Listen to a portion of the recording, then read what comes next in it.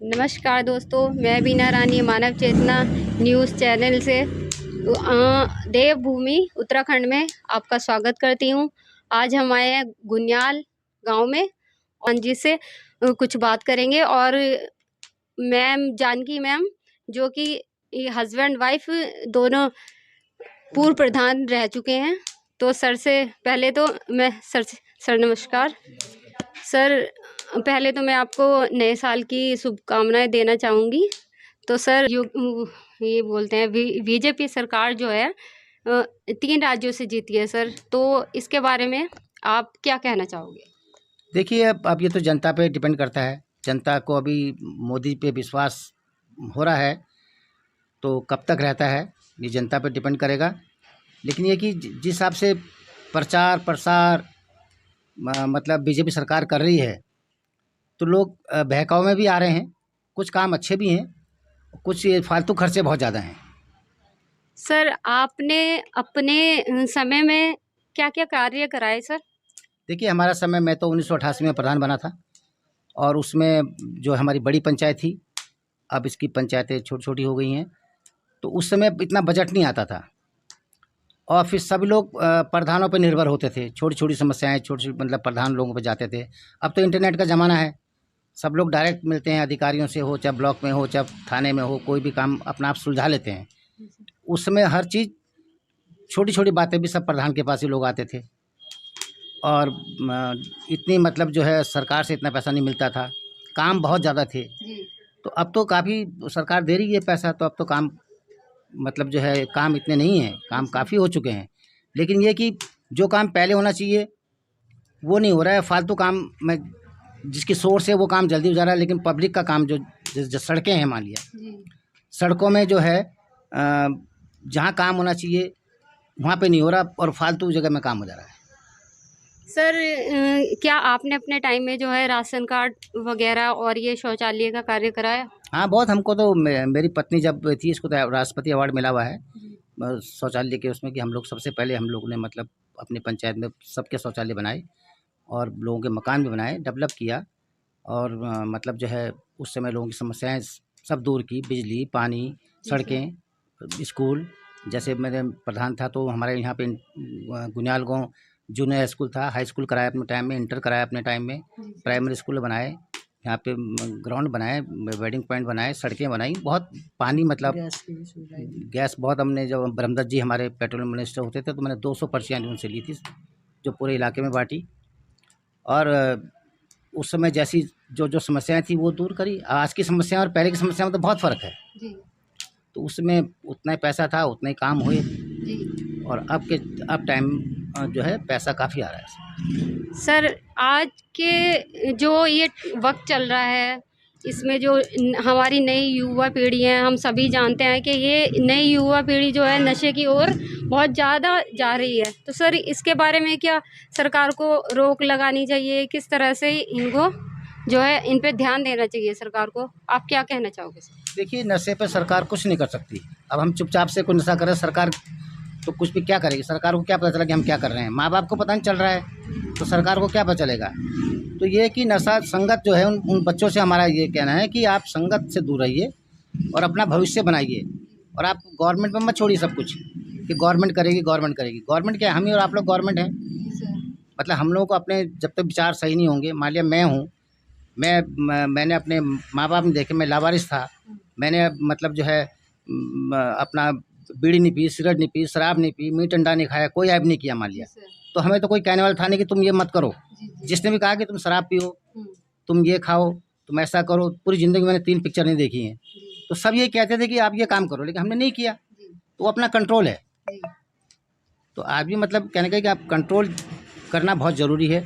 हमारे बच्चे कोई काम नहीं सीख रहे हैं, जो कह रहे रोज़गार नहीं। रोज़गार देखिए, आज जितने भी मतलब मोमनन बच्चे हैं उनको कौन सिखा रहा? आज प्लम्बर वो हैं, टेक्निकल सारे काम उनके पास, मैकेनिकल, बढ़ई, कारपेंटर, वेल्डिंग का काम, सारे काम वो कर रहे हैं। जो हमारे लड़के जिस मतलब हमारे जो कारीगर हैं, जिसके 1000 मांगते हैं वो 500 में कर देते हैं। वो कैसे कर रहे हैं? कोई नौकरी नहीं कर रहा है, वो अपने काम कर रहे हैं। हमारे बच्चे अपना काम नहीं करते, वो गवर्नमेंट पे ही चाहते हैं कि गवर्नमेंट पे ही हमें सरकारी नौकरी मिले। तो वो सरकार अपना काम नहीं करना चाहते, लेकिन करने वाले के लिए कोई कमी नहीं है, जो करना चाहेगा उसके लिए बहुत काम है। सर ये जो अभी पीछे हमने देखा कि यहाँ वो मोदी जी आए हुए थे, तो उनके बारे में क्या विचार है आपके सर?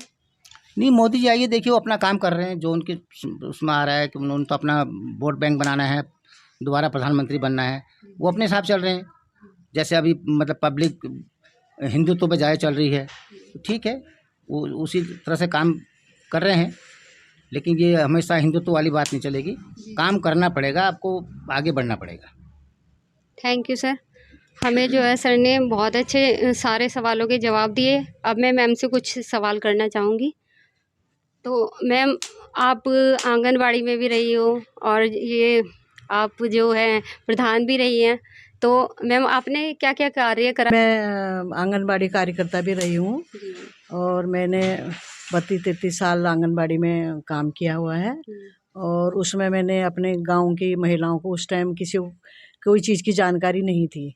उसमें हमने मातृत्व लाभ दिया, जैसे बच्चों का टीकाकरण हुआ, तो उस समय हम लोगों ने सबको जागरूक किया, महिलाओं को। हर गांव-गांव में आंगनबाड़ी खुली हुई थी जब शुरू में ही, तो हमारा जो पहला ही अपॉइंटमेंट हम लोगों का था। तो यही कहना चाहूँगी, जैसे हम लोगों ने आंगनबाड़ी में करा, उस समय 200-250 रुपया हमको मानदेय मिलता था। हम भी यूनियन से जुड़े थे, मैं CITU यूनियन से आंगनबाड़ी कार्यकर्ता की अध्यक्ष, प्रदेश अध्यक्ष हूँ। और हमने उसमें जुड़कर और महिलाओं को अपने साथ जोड़ के उनका एक संगठन बनाया, और जिसमें महिलाओं को हमने मानदेय बढ़ाने के लिए संगठन में हमने प्रदर्शन किया और कई हमने इसमें कार्य किए हैं, तो हमारा मानदेय धीरे धीरे बढ़ा। अब जो आंगनबाड़ी को अभी मानदेय मिलता है वो 9,300 रुपया मिलता है, जबकि उस टाइम हम लोगों के टाइम पर 200-250 रुपया था। तो ये सिर्फ हमारी एक ये संगठन के बदौलत हम लोग यहाँ तक पहुँचे, यहाँ पर हमने ये काम किया। अभी भी मैं इसमें संगठन से जुड़ी हुई हूँ। और दूसरी बात यह है कि मैं 2003 से 2007 तक मैं ग्राम प्रधान भी बनी हूँ। आंगनबाड़ी का काम भी संभाला मैंने और ग्राम प्रधान का भी संभाला। उस टाइम हमने जहाँ पर सड़कें नहीं थी और जहाँ छोटी छोटी पगडंडियाँ हमने बनाई। पहले प्रधानों जब मेरे हस्बैंड थे, उन्होंने काफ़ी कार्य किया था, सड़कों का निर्माण किया था। और हमने जो काम छूटे हुए थे, क्योंकि उन्होंने बोला है ना कि पैसा उस टाइम नहीं आता था, तो पैसा उस समय कम था, पर काम हमने काफ़ी किया उसमें। अब शौचालय बनाया और हम लोगों ने सबको जागरूक किया। अब लोग बाहर शौचालय के लिए जाते थे, शौचालय नहीं था, गरीबी थी, तो उसमें हमने ब्लॉक्स द्वारा ये और स्वजल योजना से हमने ये इनका शौचालय बनाया, जिसमें मेरे को ये राष्ट्रपति पुरस्कार मिला है, जो दिल्ली में जाकर हमको मिला वहाँ पर। और बाकी हम लोगों ने यहाँ पर सारे कार्य किए हैं, जो छोटे मोटे जो भी ब्लॉक्स होते थे वो कार्य हमने किया है यहाँ पर। मैम आपसे एक सवाल मेरा ये भी है मैम, जैसे कि हम सभी जानते हैं कि महिलाओं को 33 का आरक्षण मिला है, उसके बारे में आप क्या मतलब कहना चाहोगे? नहीं, आरक्षण अच्छी बात है, क्योंकि महिलाओं इन चीज़ों से अनभिज्ञ रहती हैं कि हम बाहर निकलेंगे तो डरती थी, महिलाएं नहीं निकलती थी। तो ये आरक्षण जो सरकार हमको मिला है महिलाओं को, तो उससे महिलाएं काफ़ी जागरूक हुई हैं और उनको मतलब सब चीज़ की जानकारी हुई कि बाहर निकल के हम क्या काम नहीं कर सकते हैं। जैसे महिलाएं घर में बैठी, उनको अपने खर्चे के लिए पैसा नहीं होता था, तो वो जैसे स्वरोजगार योजना में उनको रोजगार मिलता था, समिति बनाई और समूह बने, तो उसमें महिलाएं अपने काम खुद करने लगी, सीखने लगी, पैसा कमाने लगी। तो यह है महिलाओं को जो आरक्षण भी दिया है, तो उसमें महिलाएं कुछ जागरूक हुई हैं।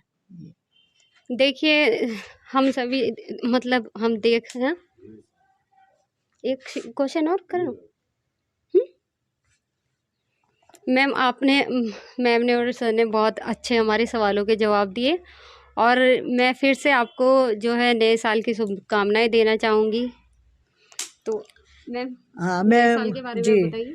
मैं जो आने वाला जो 2024 का जो साल है, जो पिछला साल हमारा जाने वाला है, हम दिसंबर लास्ट में हैं, और मैं सभी प्रदेशवासियों को ये नए साल की शुभकामनाएं देती हूँ।